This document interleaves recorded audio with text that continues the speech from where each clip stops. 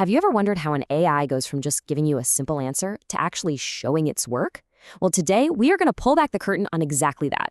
We're breaking down how these AI models are being taught to think and reason, which transforms them from basic Q&A bots into, genuinely complex problem solvers. So let's dive right in. All right, here's our game plan. We're going to start by defining what a reasoning model even is. Then we'll get our hands dirty with a real-world blueprint, the DeepSeek R1 model, to see how it's actually done. After that, we'll zoom out and look at the 4 main ways to build these things, check out how you can do it without breaking the bank, and then we'll wrap up with the big picture. So first things first, what are we really talking about when we say a reasoning model? This is all about making the jump from just spitting back facts to actually tackling problems that need a real, honest-to-goodness thought process. And that really brings us to the core question for today, right? How in the world do we get an AI model to not just give us the right answer, but to walk us through the logical steps it took to get there? It's really the difference between a student who just memorized the answer and the one who can actually explain the formula on the whiteboard. Okay, so here's our formal definition. A reasoning model is basically a large language model that's been specifically fine-tuned to get really, really good at these complex multi-step problems. You should think of it as a specialist for things like puzzles, advanced math, or super tricky coding challenges. The kinds of tasks where the journey is just as important as the destination. And here's that difference in action. It's so clear. A standard model, it just jumps right to the answer, 180 miles. Simple. But a reasoning model, it reveals its whole thought process. It says, okay, to find the distance, we got to use the formula distance equals speed times time. It plugs in the numbers, and then it gives you the answer. That leap from just an answer to a full explanation, that's everything. Theory is great and all, but how does this actually work in practice? Let's switch gears and look at our case study, the DeepSeek R1 model. This is where we get to see how these things are built out in the real world, and it's going to be our blueprint for the rest of this explainer. So the DeepSeek team, they didn't just build one model, they built a whole family of them. And they did it in 3 stages. First, they started with R10, kind of their cold start model. Then they created R1, their flagship, by refining it even more. And finally, they made R1 Distal, a whole set of smaller, super efficient models. And, this whole process led them to a pretty major discovery. This right here, this is one of the coolest findings from their research. While they were training that very first model, R10, they had this total aha moment. The model, which was only being trained with a simple reward system, just spontaneously started showing its work.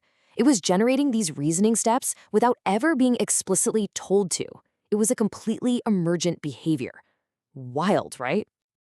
And you can see right here where their method really paid off big time. So that initial R10 model scored a 48.9 on the math benchmark. Not bad. But then, after they added supervised fine-tuning to create their flagship R1 model, that score jumped all the way to 62.4. And we see these huge leaps pretty much across the board. It just goes to show that this combination of techniques makes a massive difference. Okay, so we've seen how DeepSeek did it. Now let's zoom out and look at the universal recipes. These are really the 4 main strategies that are being used all across the industry to build these reasoning abilities into AI. Yep, it turns out there are basically 4 fundamental recipes for doing this. And they range from a super simple trick you can use with pretty much any model, all the way to the complex gold standard that's used to build the absolute best systems out there. So what's in the AI reasoning toolkit? Well, we've got a simple prompt-based trick, a method that kind of lets reasoning emerge on its own, the super powerful combination that's become the industry standard, and a really efficient teacher-student approach. Let's break them all down. First up, we have Inference-Time Scaling. This is by far the simplest approach. You don't even have to retrain the model. All you do is give it a bit more time and a few more resources to think when it's generating an answer. Often, you can do this with just a simple prompt like, think step by step. It's basically like telling a person, hey, no rush, take your time on this one. Second is pure reinforcement learning. Now this is what led to that aha moment we saw with DeepSeek R10.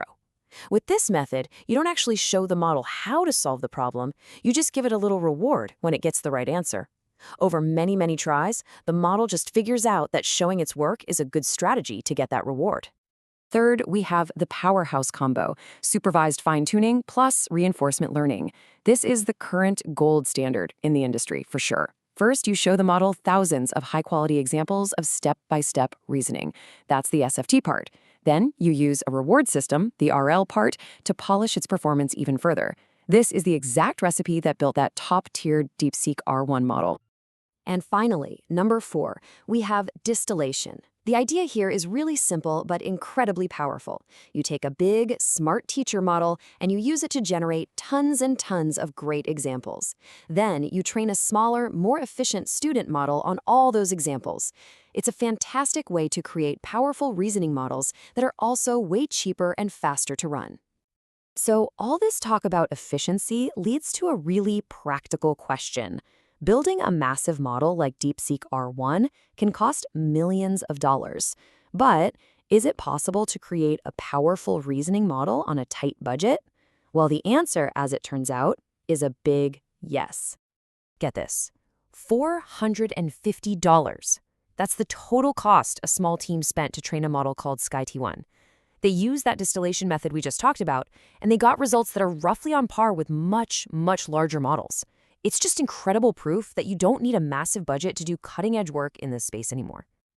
And innovation isn't just happening at the high end. Researchers are exploring brand new training methods, like something called journey learning. The traditional way, what they call shortcut learning, only shows the model correct examples. But journey learning, it also includes incorrect paths, and then it shows the model how to correct them. The whole idea is to teach the AI not just how to be right, but how to recognize and fix its own mistakes along the way. All right, we've covered a lot of ground, from the core concepts all the way to specific training methods.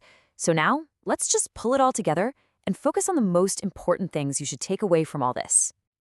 Look, if there's one thing to remember from all this, it's that reasoning isn't some kind of magic. It's a trainable skill. And while that SFT plus RL combo is the most powerful recipe we have today, it's distillation that's making that power accessible to everyone. And maybe the most exciting part, the fact that reasoning can sometimes just emerge on its own, well, that hints at some even deeper principles of learning that we're really just beginning to understand.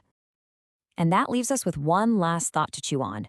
We've pretty much established that complex reasoning can be taught. It can be built. So if that's the case, what's the next uniquely human-like ability that AI is on the verge of learning? Something to think about. Thanks for watching.